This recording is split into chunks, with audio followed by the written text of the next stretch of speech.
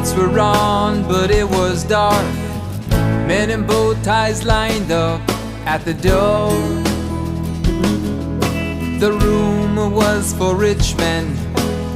I thought I'd never been there before. The room was a secret, but we all knew what it was for the rich men of my town, like a Milton Kishinev. It's just you and the Holy One, and a silver box. If you got an extra penny, you drop it in the box. If you need to feed your family, take whatever you need from the money room. No one can ever know if they're a taker with a plight. No one can ever know if they're a giver in the night. 'Cause on the outside, yeah, they're all the same, with their smile cigars and those picture frames and their fancy cars like a Milton Kishinev. Oh, yes, on the outside, yeah, they're all the same, with their smile cigars and those picture frames and the fancy cars like a Milton Kishinev. When I traveled back to my town to see the room and just to know for sure, there's a line of suits and bow ties and an old man sitting at the door. The old man was laughing, telling men from near and far, the money rules the world we live in. Only you know who you are. It's just you and the Holy One, and a silver box. If you got an extra penny, drop it in the box. But if you need to feed your family, take whatever you need from the money room. No one can ever know if you're a taker with a plight. No one can ever know if you're a giver in the night. 'Cause on the outside, yeah, we're all the same, with our smile cigars and our picture frames and our fancy cars like a Milton Kishinev. Oh, on the outside, yeah, we're all the same, with our smile cigars and our picture frames and our fancy cars like a Milton Kishinev. In the money room, in the money room, in the money room, living in the money room.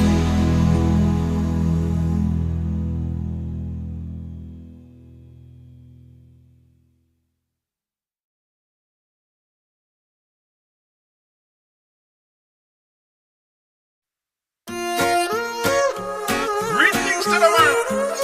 Standing here alongside Brother Benny, singing one nation, one heart. בכל העולם, חיבור שקיים בכל מקום וארץ. כולם יהודים, כולם ידידים, אין משפחה אחרת. ולא משנה כל מה ששונה, לא יפריד בינינו.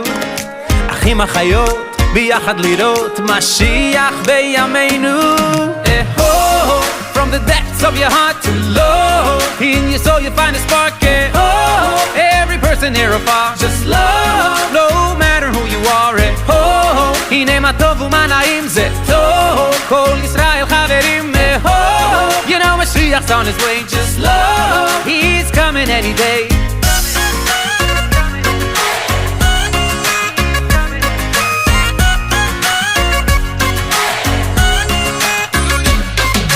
Standing apart when we all have one heart. It's true some ways we're different, chosen with love by our Father above. Every one of us is significant. Two Jews, two views, but we never should lose that love for one another. We share the same dream, we're all on the same team. We're all sisters and brothers. Oh, from the depths of your heart to low, in your soul you find a spark. Oh, every person here afar, just love, no matter who you are. Oh, הנה מה טוב ומה נעים זה טוב, כל ישראל חברים. Oh, you know Mashiach's on his way, just love, he's coming any day.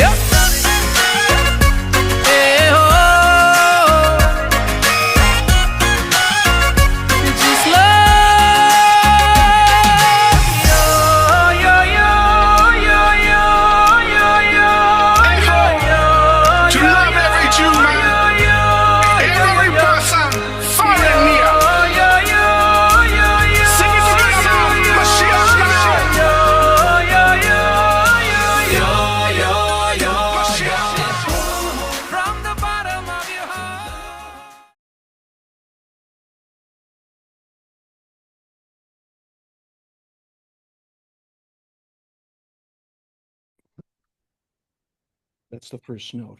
Thank you very much. Thank you very much, everyone. Purim has not started just yet. Okay, unless we started a little bit. I appreciate your patience as we work our way through this.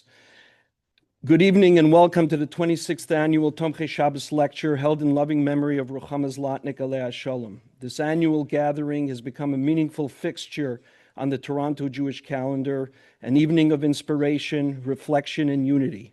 For the past 5 years, this program has been presented on the Gamzum Latova platform, a uniquely interactive experience, which works most of the time, Ben, bringing our community together from wherever we are. And if you happen to save on gas, parking, or babysitting tonight, we gently suggest those savings might find a meaningful destination supporting the vital work of TOMCHEI SHABBOS.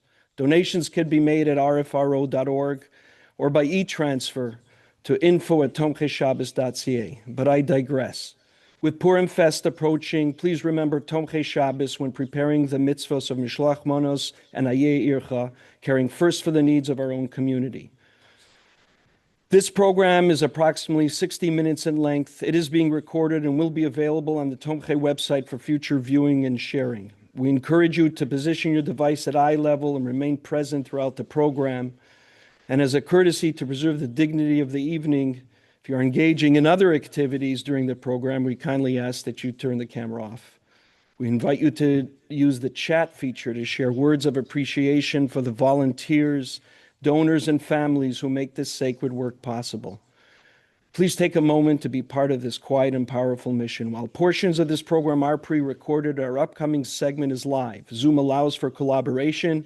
Please welcome a familiar and beloved voice to the Toronto and TOMCHEI community, Mr. Shlomi Goldreich, who's next to me, one of the original volunteers of TOMCHEI SHABBOS, who continues to serve with dedication to this very day. Joining him vocally, we hope, and was one of the rising talents on the Jewish music scene, Shmuel Ezra Balter, also known as Shmez.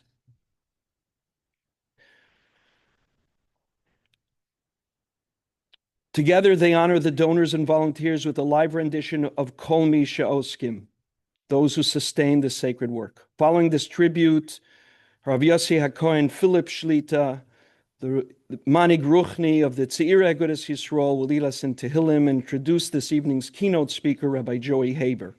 Thank you to the ZLOTNICK family for their continued partnership and support. So sit back, reflect, and be inspired.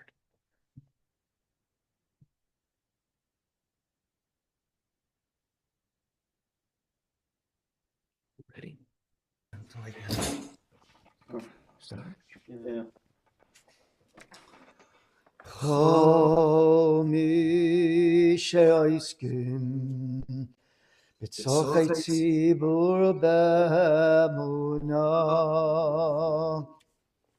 HaKadosh Baruch Hu Yishalem Zicharom B'chol mi she'oskim b'tzorchei tzibur b'emunah HaKadosh Baruch Hu Yishalem Sechaboram Yosir Mehem Kol Machalo V'yirpa L'chol Gufam V'yislach L'chol Avoyanam V'yishlach Bracha V'atzlacha B'chol Maseh Yedayim Im Kol Yisrael Achayim V'noi Maromein. Shmuel Ezra, one more time. You can't. I'm not. I'm muted.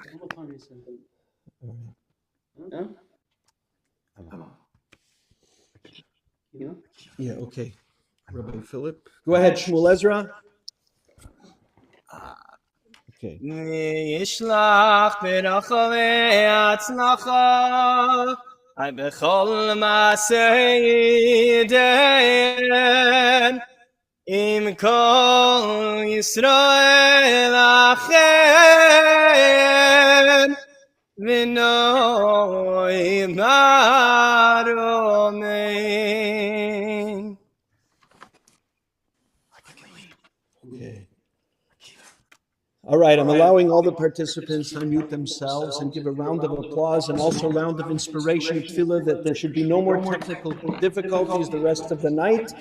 We're going to start with TEHILLIM from Rabbi Philip, Kapitel Kuf Lam.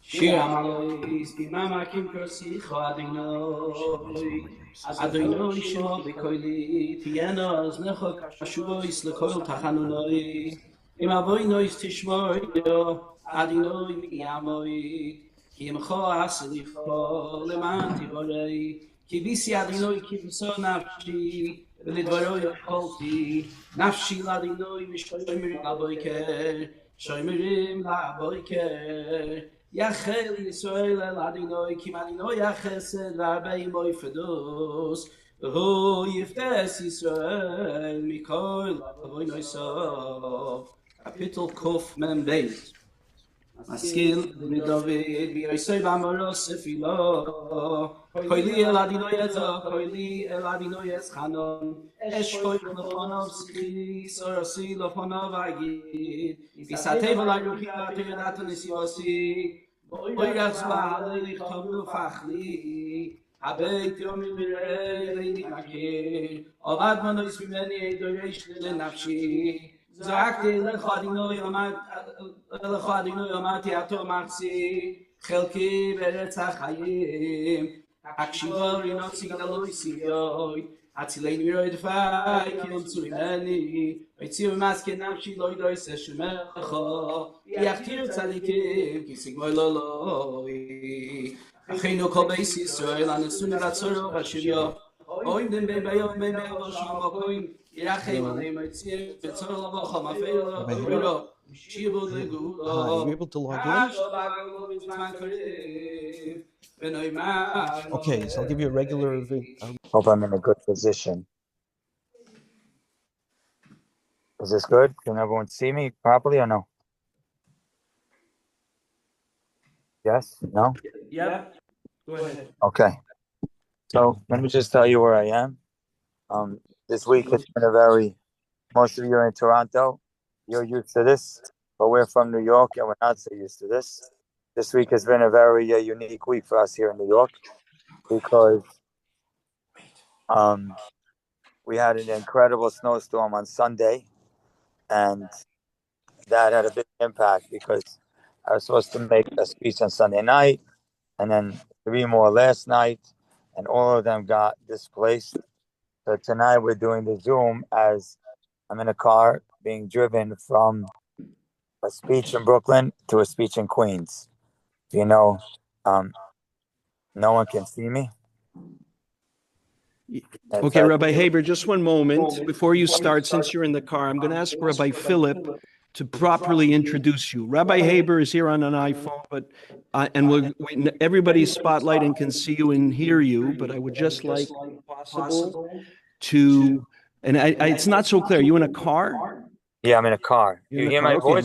Yeah, we hear your voice is okay, but just for a moment, we're going to hear Rabbi Philip introduce you. Go ahead, Rabbi Philip. What do I hear an echo? He does not need an introduction. He's known, emerged as a prominent voice of wisdom and guidance to today's world. He offers deep and practical insights on a personal level. I know the Wednesday shir and throughout the family, all the girls get together on Wednesday night to listen and enjoy inspiration from Rabbi Joey Haber, a Talmud of the great Talmidei Chachamim and giants of our generation, Rabbi Reuven Feinstein, Shlita, Rabbi David Soloveitchik. The teachings helped him and also inspire so many across all segments of the Orthodox Jewish community. If I may say, I'm sure today he has more Hungarian and Hasidim listening to him than the Sfardim, who are so enjoyed every moment of his. But that all comes because from Devarim Hayotzim an Alev u'Nochnosim el Alev.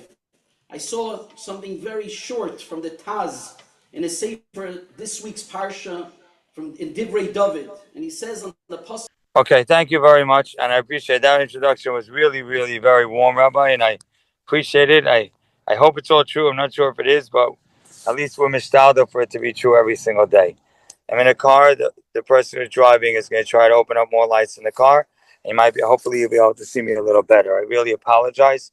I really apologize. And like I said, when we're able to pull over, he's going to try and turn on the lights in the back, and that might enable the visual to be better. So maybe this was the wrong thing, but I should have, just to explain this, I was supposed to make a speech on Sunday night. It's supposed to be in Brooklyn, and this I was supposed to be in a place. This Monday night one had to be now, and because of that, the place I had to do this en route. So let's begin. It's an honor for us to be here tonight in memory of an incredible girl. You know, there's a shame about life is that so often we find out about. Do we do the back lights also? No, no lights in the back. Why not? There's lights in the back. I don't know where it's from. Okay, so the I'm sorry, the lighting didn't help much. Okay. So anyhow, this is, it's such a shame that sometimes you have a child that is in our life that we watch and we see, we talk to, and we don't mention enough how wonderful that child could be. And this young girl, Chama Freda, who turned out to be a person who had tremendous love for people. She was there for people. Her friends, 2 years ago, on her 25th yard site, her friends made a book of pictures and brought it to her parents. And brought this book to her parents of pictures from 25 years prior. The fact that her memory is still very much alive, the fact that her memory is still very much with her friends, with her family. Someone sent and I think this is an incredible story. Someone sent an invitation to their wedding. A girl sent an invitation to her wedding to Chama Freda's parents. And the parents looking at they don't know who this girl is and who this wedding is. And in the invitation, there was a little note. And the note says that in school, Toronto, there was a bunch of Sephardi girls who joined the school at the same time. And I was one of those Sephardi girls. And we didn't feel so loved and accepted. We felt like we were cast away, like we were different. We were the Sephardim. Obviously, the story means a lot to me because I'm Sephardi. But there was one girl who took us in, one girl who treated us like people and embraced me. And that girl was your daughter. So now I'm getting married. And I want you to know that your daughter is a big part of the reason why. I think that's incredible. You know, the ZLOTNICK family, what you're doing, the chesed that you're doing.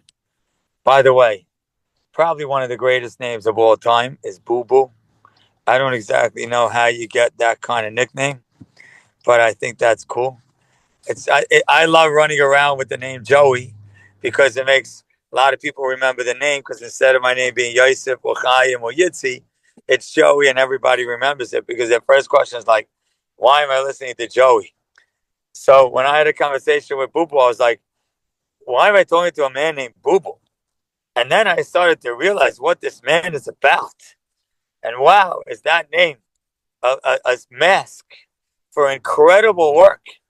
What you do with TOMCHEI Shabbos and the hundreds of thousands of dollars that you raise, over 200 families, just so everyone understands, over 200 families get a box of food that provides them for whatever they need on Shabbos. And this has been going on for 45 years, and they haven't missed one Shabbos, one Yom Tov. That means kids could be getting married. That means even their daughter was nifteris. That could mean COVID's happening. Everyone who puts together the food, everyone who delivers the food, everyone is a volunteer. Close to $1 million budget it is every single year. And yet every Yom Tov, every single Shabbos, these families have this food to look forward to. And they even disguise the box as one of the stores in Toronto so that when you see the box outside, you see the box outside, you don't know if this person got it from TOMCHEI Shabbos or they got it from the local grocery store.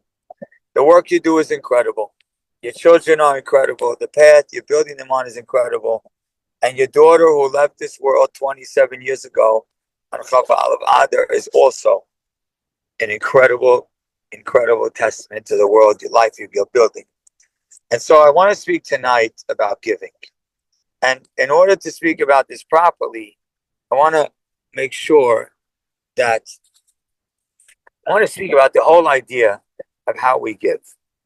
Everyone in Klal Yisrael, yes, giving is a big deal, and everyone talks about giving. And most people, if they have a lot of money, they give some of it. Some give more, some give less. But they know that giving is a virtue. I'm not sure if they realize the how, the what, and the why. And I'm going to try today to describe first the what, then the how, and then why.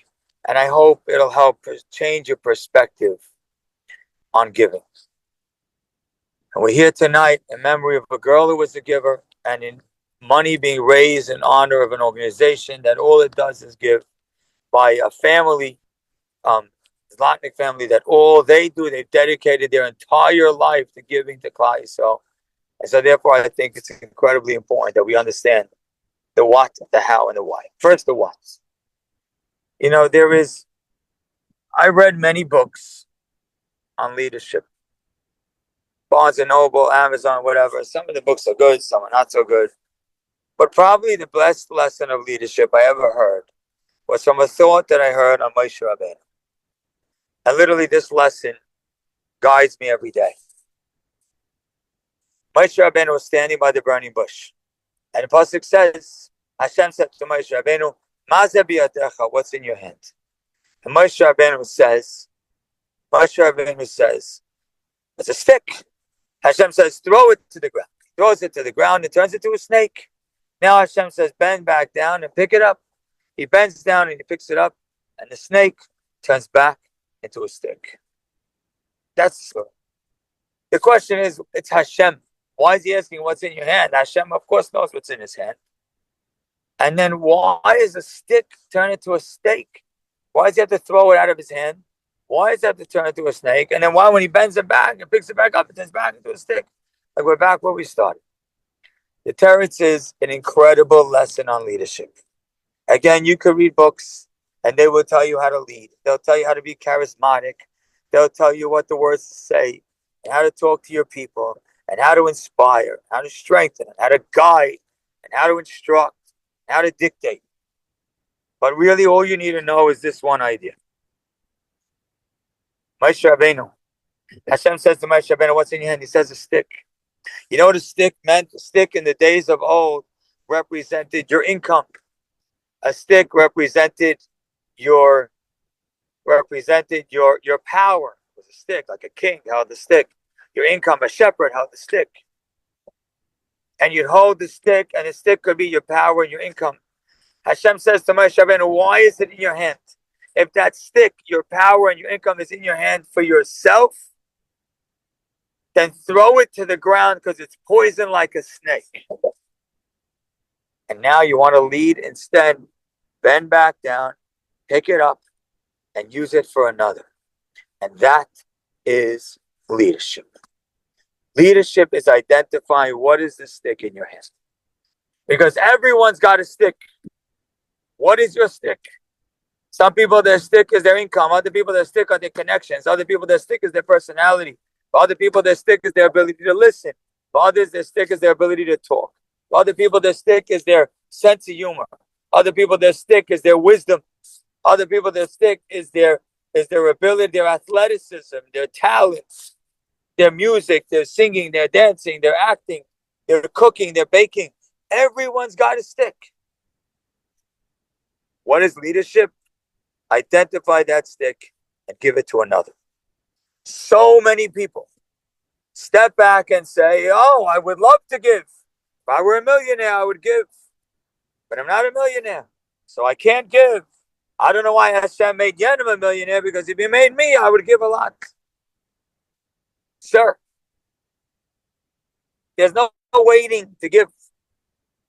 Giving isn't about how much money you have. It's about identifying your stick and sharing it with another. Let me give you what I think is a beautiful example. Last year or the year before, I made a speech in Cleveland. The speech was in a school. I think it's called Hebrew Academy of Cleveland. I don't remember. And it's run by a rabbi named Rabbi Dessler. His grandfather was the Mifta Elio, Rabbi Elio Dessler.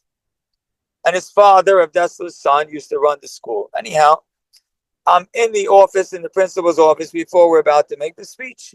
And I'm alone. I guess he stepped out of the office for a minute. So I'm browsing around and looking at the pictures behind his desk. And they're all normal pictures of his family, maybe students, teachers. And then there's one picture, biggest picture of them all. It's a picture with some person sitting and talking to Moshe Feinstein. So now he comes back into the office and says, I'm sorry. I said, I'm sorry, I was snooping around. But what's this picture?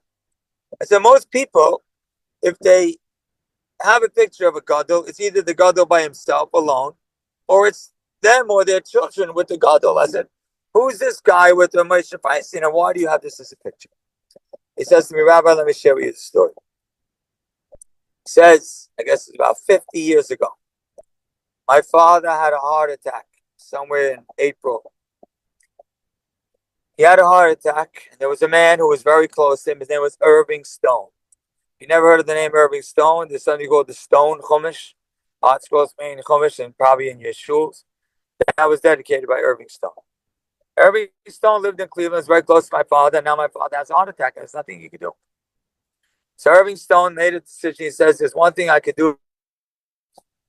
He got on a plane, flew to JFK, he got off the plane, and made his way to the Lower East Side. Had a meeting with the Gadol Hador Moshe Feinstein, and he sat with Moshe Feinstein, asking him for a bracha, and a bracha for my father. He says that picture is a picture of Irving Stone sitting with Moshe Feinstein, getting a bracha for my father when he had the heart attack. And that's why it's on my dresser in my office. So first of all, wow, what an incredible usage of a stick. But there's a beautiful end to the story. He says, Yom Kippur, 6 months later, my father's getting ready for Yom Kippur, and he gets a phone call. He answers the phone, and it says, hi, who is this? Erev Yom Kippur. He says, this is Moshe Feinstein. He says, Rashiba, what the hell is this honor? The Gadol Hador is calling him on Erev Yom Kippur. Moshe says, a person came a few months ago and asked me to give you a bracha. And I've been davening for you every single day since. I just want to know if I should continue to daven for you on this Yom Kippur or not. Take your stick and hand it to another. Here's the Gadol Hador who has a stick. He's not a doctor. Maybe he can't give money, but he has a stick. He has his davening. and he takes that stick and uses it to daven for a person he never met. The first thing we need to identify is the what. What do you have in your hand? And are you using it for somebody else? The second question, which might even be more important, is the how. How is it done? So there's a very powerful Gemara. I would venture to say, scary Gemara that I think should be way more famous than it is. The Gemara asks the question, why is it? Ein mitzuyin tamidei chachamim lotzis tamidei. It's a Gemara in Nedarim, 81a, Pei Aleph, Amar Aleph. Why is it that the children of Tamidei Chachamim don't end up being Tamidei Chachamim like them? The Gemara is asking a haunting question. Why is it that so many times the Rav's son is not on the same level as the Rav? The Talmid Chacham doesn't have a child who's on that same level. Why is it? And the Gemara gives a few reasons. So that people shouldn't say it's a Yerusha, it's an inheritance, because they shouldn't become too powerful over the people. Another answer, Mazurcha says, because they are too powerful over the people. For Rav Ashi's answer, that is similar to the ones above, but in a very bold way. Rav Ashi says, you want to know why the Talmid Chacham doesn't merit to have a child, the Talmid Chacham? Mishom dekari le'inchi chamri. Because the Talmid Chacham sometimes calls a person a chamor. He calls a person a donkey. And when that's how you talk, it doesn't deserve for it to continue to the next door. Think about that. What's the Gemara saying? What the Gemara is saying is that you could lead all you want. You could teach all you want. But never, ever be condescending to me. Don't ever talk down to me. Don't ever look at me like I am less than you. Even if you're a great Talmid Chacham and you know 100 times more than I do, don't ever make me feel that way. Because if you do, you could keep the stick. You know, my father, Oliver Shalom, was a very, very astute in understanding people. And we grew up in this place called Deal, New Jersey. I don't know if you ever heard of, in Toronto, you ever heard of Deal, New Jersey. It's far, far away. It's a simple town. In the summer, it's a very not simple town. It's full of all the Syrian Jew community that comes to Deal in the summer. They come to this community, and every house is full. It's hustling and bustling, and it's ostentatious and affluent and noisy. But in the winter, 90% of the people living in the houses are not there in the winter. And it's pretty empty, and it's quiet. Big properties with a lot of snow, or empty properties, dark houses and dark streets. And we were kids. My father would take us pretty much to the only place that had any little bit of, was the local 7-Eleven. So sometimes my father would drive us to 7-Eleven. I don't know if you have 7-Eleven in Toronto, but we'd get these Slurpees or Big Gulps, whatever. And we'd be standing online. Let's say there'd be 10 people online. And me and my brothers, we have like a little sense of humor. So does my father, and we would sometimes crack jokes, and we'd be laughing. And my father would tell us, "Stop laughing." We'd be like, "That, what's wrong with laughing? We're just cracking a joke. Nothing, we're not hurting anybody." My father would say something that I think was so smart. He says, "When you're online with 10 people and two of you are laughing together, the other 8 people on the line think you're laughing at them." You ever in a room when someone's laughing, you don't know why, and you start to feel subconscious, and you see, is there something attached to my feet? Did I do something funny? Do I have something stuck in my beard? So my father said, when you're in public and you're just talking to each other and whispering and laughing, it can be condescending to other people. What a mentality. What a way to give. Because I want to tell you something. You may have a lot. You may have a lot to give. But I will tell you something all you need to know about the recipient. That is, more than what you give him, is how you give it. If you look down at me, you think you're better than me. You think you're from the lucky people to be wealthier than me. I'd rather you keep your stick. I don't want to feel that way. I'd rather eat spaghetti and not eat your food and not be able to give shalach manis if it's going to come across as if you think you're better than me. In fact, let me give you a little cute example. So as I articulated already a couple of times, I'm part of the Syrian community, but I spent most of my life in Litvish yeshivas. So we sort of straddle both worlds. In the Syrian community, they have this custom. It's not necessarily like people that are the frumest, but it's a lot of people do this. They have a speech under the chuppah between the kedushin and the nisuin. There's a speech, and I've had the opportunity to make that speech many, many, many times. And the speech happens to be the trickiest speech in the world because you have to remember the name of 14 people. You have to remember the bride and groom. Then you got to cover a little bit about each one of the grandparents, which is a total of 4 on the groom's side, 4 on the bride's side. That's another 8. And then both the boy's parents and the girl's parents, it's 14 people altogether. And it's tricky. You have it on the paper, a card, whatever. Last year, I was at a chasana, and I was speaking at the wedding. And I said, I just want to, recognize how wonderful the parents of the bride are, Sean and Iris. Iris, the big balas chesed. She does tremendous amount of chesed for so many people. I just want to say, Iris is such a wonderful mother. There's 500 people in the room, and I'm hearing everyone murmuring. And I'm like, why is everyone murmuring? So I literally, in the middle of the speech, I stopped. I said, what, did I say something wrong? So a few people on the chuppah stage, they say, Rabbi, her name is not Iris. So I was like, oops. So now imagine you're at a chasana, you're speaking for this family, there's 500 people in the room, and you got the name completely wrong. What would you do? So my first inclination was to say, oh, I'm so sorry. And I said, I said, you know what? I'm just going to be honest. I said to the whole crowd, I said, oh, you think this is the worst mistake I ever made at a wedding? I once said Aleha Shalom about a grandma who was on the stage. And the whole crowd lost it with laughter. 500 people, they've been to hundreds of weddings themselves with speeches. I am sure they'll never forget this one.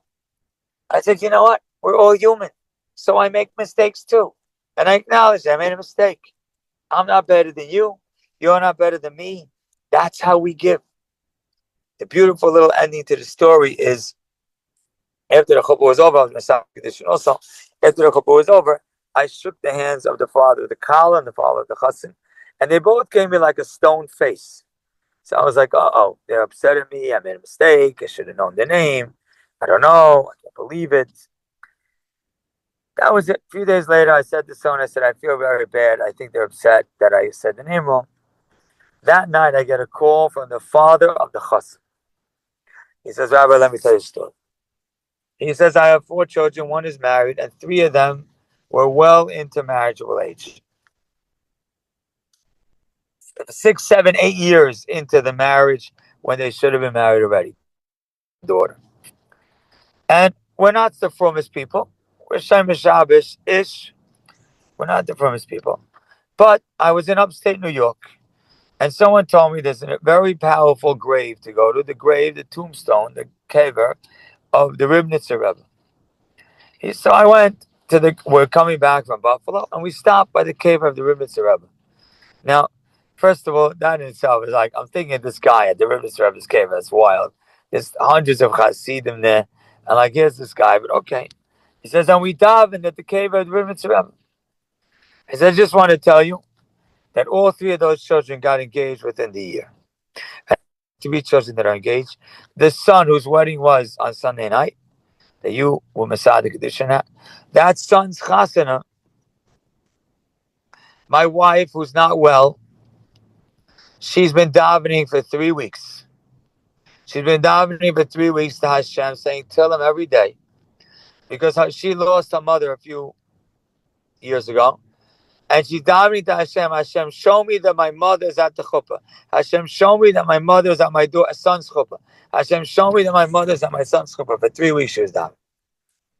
He tells me, Rabbi, my wife's deceased mother's name is Iris. And every time you said Iris, Iris, Iris, Iris, you thought you were making a mistake. But Hashem was putting her mother right there so she should feel her mother's presence. And that's why we were crying under the chuppah, thinking about how Hashem runs the world. Ladies and gentlemen that are on this Zoom, you have a stick. I hope as we started to speak, you thought about and are identifying what is that stick, what you have to offer to Klal Yisrael, how you can, what you can give, and how you're going to find a way to give it again and again and again. But make sure you realize, don't do the what unless you know how. Unless you know the how. Make sure that every person we give to wants to feel the same. In fact, I made a speech that is probably the speech that's given me, I've gotten the most feedback from than any speech I've ever gave in my life. It was mentioned before that we give a shir on Wednesdays, and that's listened to by people in different communities. And you are right, it's listened to by way more Ashkenazim and Hasidim and people like and whatever than it is by the Syrians. But anyhow, a few weeks ago we gave a shir about single girls called Perspective on Miracles, Parshas B'Shalach, and this shir made its way around single girls around the world like I've never expected before in my life. So, and the feedback and the emails I'm getting have been impossible to keep up with, and the text messages, and almost every single place that I walk into, sometimes there's one, sometimes there's 10 people there that come over to me just about this year, besides all the people that come over about the others. So just now I told you I made a speech in Brooklyn, and that's why I'm in a car right now, because this was supposed to be on Sunday night, so now they had to push it to tonight because of the snow, and therefore the only way I could do the Zoom by doing the speech here and there was to do the speech in the car, and I hope it's okay. But my point is, as I was leaving and I was rushing out to get on the Zoom, a single girl comes over to me and she says to me, "Rabbi, can I walk you down the steps?" I saw she wanted to speak. I'm not sure if that's the most modest thing to do or not, but I said, okay, yes. She says, "Rabbi, I just have one question for you. I heard you speak a shir. It's making its rounds. Thank you for it. But I have one thing to add. How come every time people talk about married women, they call them married women? And how come every time they talk about a single person, they call us single girls? Why is my niece, who is of 2 years younger than me and expecting a baby, why is she a woman and I'm a girl?" That was her question. I had nothing to say. What was her point? Why can't we all feel the same? Why, if I'm single, do I have to feel like I am less than? And if she's married, she feels like she's more than, and propped up to feel more than. Why? Everyone in Klal Yisrael wants to feel the same. Everyone in Klal Yisrael, no one wants to feel like they're from the lesser categories. To me, one of the worst phrases that Klal Yisrael ever came up with, that sometimes a lot of bubbies say to people, you should be on the giving side and not on the taking side. And it sounds like it's a wonderful thing, but I think it's condescending. Because the implication of that statement is that there are those people that are from the best dimension. They're from the lucky people. They're the successes in the world. They are the givers. And then there's another category of people. Those people are the unlucky people. Those people are the failures. Those people are the nebachs. Those people in our lexicon, the hazit. Because they're the takers. You think there's any world, anybody in Klal Yisrael that wants to feel like they're from a lesser category? The how, in many cases, it can be more important than the what. Which brings me to the most important point of all, which is the why. And the why is this. To me, this is a very dark point. Like it's shocking in its power. Do you know where in the Torah it talks about the fact that Sarah Imenu passed away? Your Zooms aren't on, and if you try to unmute, it's going to take you 5 minutes till they let you. So I'll just answer for you. Of course you know where Sarah Imenu passed away. There's a whole parsha called Chaya Sarah. and it talks about her passing, and it talks about her burial, of course, and her funeral. Very much so. Good. Makes sense. She's Sarah Imenu. Of course, we should talk about her life and her passing. But can I ask you another question? Do you know where it talks in the Torah about Rivka Imenu's passing? Where does it say that Rivka Imenu left this world? The answer is no place. The answer is if you would crisscross the Torah 100 times, you will never see the words Batamas Rivka. Instead, here's what the Torah says at the end of Parshas Vayishlach: Batamas Devaira Meinekas Rivka. The Torah tells us that her nurse passed away, but not her. So Rashi asked the obvious question right there, up and out, right there in Parshas Vayishlach. Why, says Rashi? Why is the Torah? Who is Devaira? We don't know anything about Devaira. We just know she joined Rivka when she got married, and now we know she passed away. We know nothing about her life. And Rivka Imenu, the great matriarch, the great leader, and one of the greatest women to ever live, Cain Vartnish, the Torah doesn't say it. So Rashi says a very powerful answer. He says it's hinted in the word that she was buried Tachat Ha'alon, and Tachat Ha'alon refers to Rivka. But he says, why the secret? Zot Rashi. Here's why the Torah hid as Yom Moisa, the day she died. Shela Yikalalu Habriyas, so that people shouldn't curse her and say, Keresh Yatz Imenu Esav. This is the woman, this is the womb that carried and gave birth to Esav. So because it would be embarrassing to talk about her, the Torah hides her passing as if to keep it a secret. What? This is one of the imaris, so we have to keep it a secret? I don't understand. So she had a challenge in her life. Sarah Imenu also had many challenges. Sarah Imenu was taken from her husband twice by foreign kings. Sarah Imenu was in a world war. She never kissed till she was 90. Why her? We could talk about her passing with all the glory in the world. And Rivka Imenu we have to hide because she had a challenge. Listen to this thought. I think it's Peladic. Sarah Imenu's challenges for the most part were physical challenges. She didn't have a child for a while. She was taken captive, world war. When you overcome physical challenges, you are considered a conquering hero. That's how you treated them. Rivka Imenu's challenge was an emotional challenge. It was an embarrassing. I have a son went off the deck. It's like it's my fault. It's an emotional challenge. An emotional challenge is embarrassing, and you don't want anyone to know. And so, not that some book, not some diary, the Torah, written by Hashem himself, says that Sarah Imenu's life, I can celebrate when it's over. But Rivka Imenu's life, I have to hide because of the embarrassment and the shame that she's holding inside.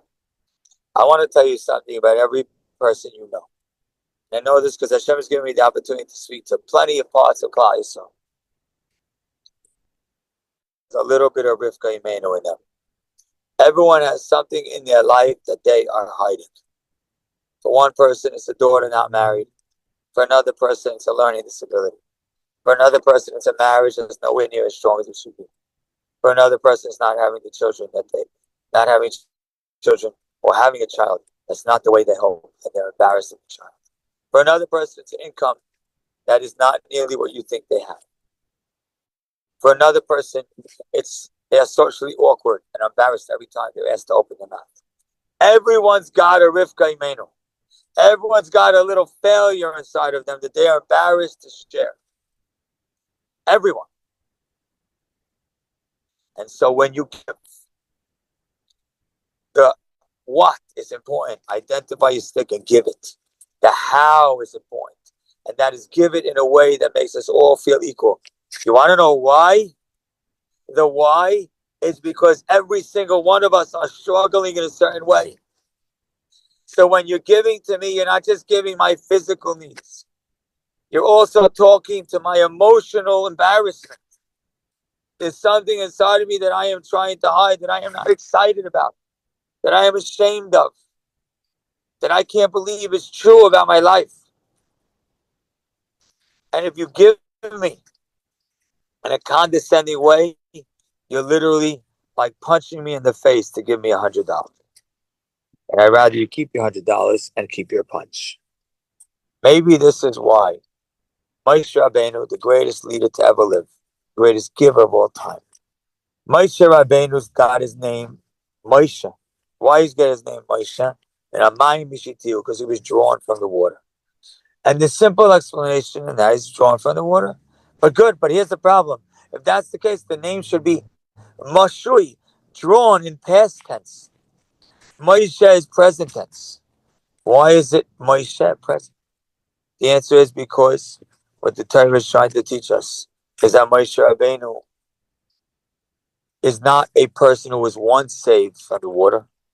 He is Moshe. He is constantly saving people from their challenges. He's drawing everybody, so to speak, out of the water. But here's the question.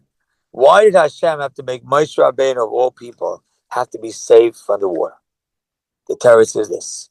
Because for the rest of his life, Moshe Rabbeinu can never look down at anybody. He can never look at somebody and say, oh, you need me? Because that person could turn around and say, well, you needed someone once too. You're only in existence because an Egyptian girl's helped you. So if an Egyptian girl helped you, then you can help me. Because that's how giving works. We're in this together. No one's better than anybody else. Let me share with you a story that means a lot to me. And with this, we'll conclude. And again, thank you for having me. Thank you for your patience. Looks like everybody stayed on, even though you're looking at what looks like some kind of streak of light over my head, and it's a little dark in the background. But I'm very honored to be able to speak on behalf of TOMCHEI Shabbos, on behalf of this family, on memory of this incredible girl that the family is doing everything in their power to keep alive and a memory alive. And think about the amount that this girl who left this earth at a young age, think about how much her life gave, how much she gave to others herself, and how much her memory is giving to others for the thousands of people over 45 years and hopefully many more to come. But let me share with you a little story. My son, last year, a little over a year ago, he's 25 years old. He was learning in base magician in Lakewood. He's married with 2 kids. He lost his feeling on his left side. And he didn't know what was happening. He couldn't get up. And before you know it, he was rushed to the hospital. It was found that he had a stroke. He had no movement. He didn't have no movement. He wasn't paralyzed, but he couldn't move his left side. And then thus began a crazy ordeal. A 3.5-hour surgery, a month hospital stay, another month of rehab, in and out of rehab, very hard work to get himself back. He still, to this day, is not back to normal. He was living in Lakewood at the time. He moved with his wife back near us to his in-laws' house, which is around the corner from us in Brooklyn, just an hour away. And then it happened in the beginning of the winter month, and now it's right at the Purim, right around now. He tells his daddy, I'm going back to yeshiva. I said, you're going back to yeshiva? I said, why don't you just wait till the end of this month? You're still not all better. He says, I feel like I have to get back into the routine and see if it's possible for me to do this or not. So I want to give it a shot. It's only 2 weeks after this month. I'm going to do it. Shushan Purim. Last year Purim was a Friday. So Sunday night, he drove back to Lakewood. Monday morning, and he would later told me only a week ago, he said, Dad, bigger than the physical challenge was the emotional one. I was embarrassed. I'm a 25-year-old boy that doesn't have feeling of his left side, can't function necessarily like everybody else. I was afraid of what it would mean for my future. Everything in my life was spinning. And then this story happened. He told me this story that day. He goes back to Lakewood Yeshiva, and it's a big base magician. It was 400 people in the recital he was in. And he's learning. And Baruch Hashem made a wonderful first Seder. And at the end of first Seder, he was leaving 10 minutes early. Couldn't believe he made it that long. The Reish Chabur, the head of his group, told him, Menachem, and Michael, you're back. He says, yeah. This is Simcha, you're back. He says, yeah, I guess so.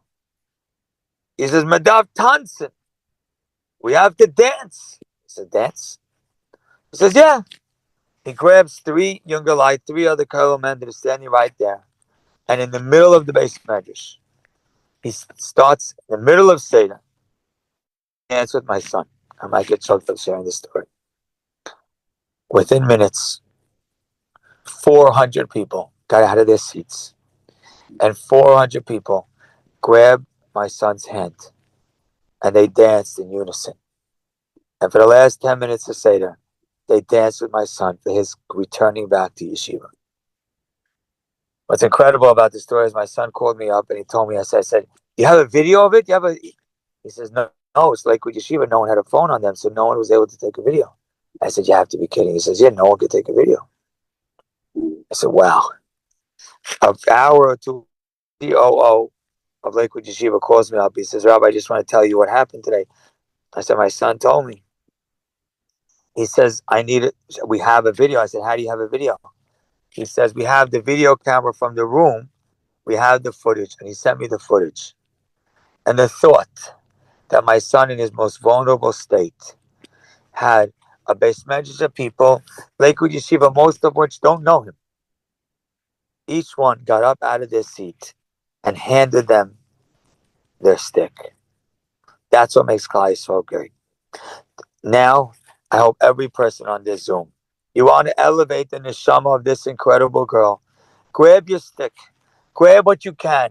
Tonight, grab your checkbook, grab your credit card, and give a donation to an organization that helps Klal Yisrael, people that are going through financial challenges, which usually means emotional challenges with it.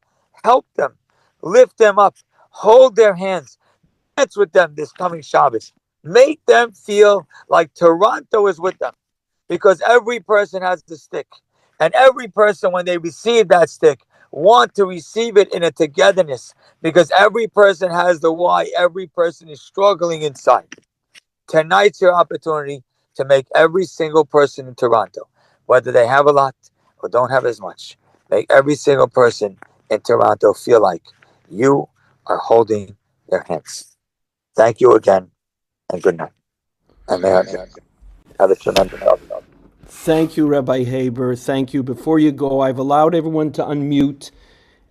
Yesher Koach, under trying circumstances of snow and conflicted schedules for Rabbi Haber to come here. Everybody can unmute, and I want to hear a big Yesher Koach from Toronto. It shouldn't be a Zoom, a flat Zoom without a sound. It's not a rock. We're alive and we're well, and we heard all the words before I put TZADI's ZLOTNICKs. Everybody unmute and give Rabbi Haber a big Yesher Koach, please. Thank you. Wow, we got to do this more often. Yeah. Beautiful. Right. Sometimes on Zoom, Rabbi Haber, you think you're speaking to goylems. It's not. People are listening, even if the camera's not on, and they're intaking a lot. And I, for one, appreciate everything that you said. I know the ZLOTNICK did as well. So everyone, one more time, please, Yesher Koach to Rabbi Haber. Thank you, Rabbi Haber. Amazing speech. Thank you so much. Thank you. I appreciate this immensely. And again, it's a supposed to be able to have done. Thank you. Good night. Thank you. Thank you so much. Boo Boo, one day I got to find out how you got that. Thank you. Thank you, Rabbi Haber, for that beautiful and meaningful message. Your words have given us much to reflect upon this evening. Good evening, my name is TZADI ZLOTNICK, and it is my privilege to offer a few closing remarks. As we conclude tonight's program, first and foremost, I want to acknowledge my parents. My father helped start TOMCHEI SHABBOS many years ago. He had a simple but powerful belief that no family in our community should ever feel alone at their Shabbos table. Growing up, this wasn't just an organization to us, it was part of our home.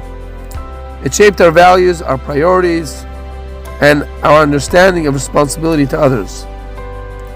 To now be personally involved and to see how this work continues to support families with dignity, care, and quite compassion, it means more to me than I can fully express. This evening is not only about honoring Ruchama's memory, it is about continuing a mission that defines who we are as a family and who we strive to be as a community. Mommy and I would thank you for your strength and your steadiness and your unwavering commitment to keep Ruchama's memory alive in such a meaningful and dignified way. Thank you as well to the volunteers and the donors whose generosity sustains the sacred work, especially as we approach Purim and Pesach, when the needs in our community grow even greater. Thank you to our Rav, Ramesh Marachalowi Shlita, for leading us in TEHILLIM. Thank you to Shlomi Goldreich and to Shmuel Ezra Balter for the beautiful tribute honoring our volunteers and donors. A very special thank you to Gloria Silver, who has managed Tomchei Shabbos with devotion and care, while carrying so much responsibility with grace and humility. As we go to sleep tonight, may the inspiration of this evening stay with us, and may tomorrow be brighter for the families who depend on this work. May Rechaba's Neshama continue to be a source of bracha and light for our family and for all of Klal Yisrael. Thank you for being part of this mission. And now, as we proudly recognize the many volunteers who make Tomchei Shabbos possible, please enjoy the tribute that follows, wishing you and your families a Freilich and Purim, filled with simcha and achdus. Good night and enjoy the celebration.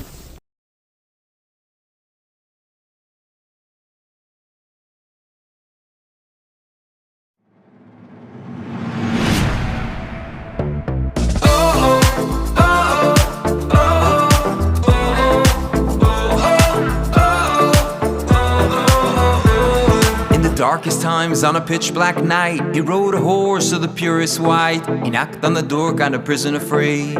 In his hand a bag of money. What shall I do when the money runs dry? Here's a prayer that could pierce the sky. What shall I do when the gold runs dry?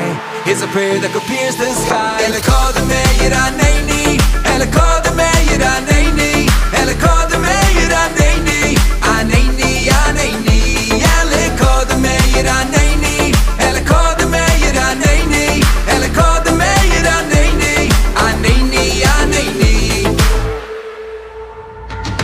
When wild dogs, they surrounded me, these three words, they set me free. When you got no strength and you're crying please, lost in the forest, can't find the trees. Here's what you do when the money runs dry. Here's a prayer that could pierce the sky. Here's what you do when the gold runs dry.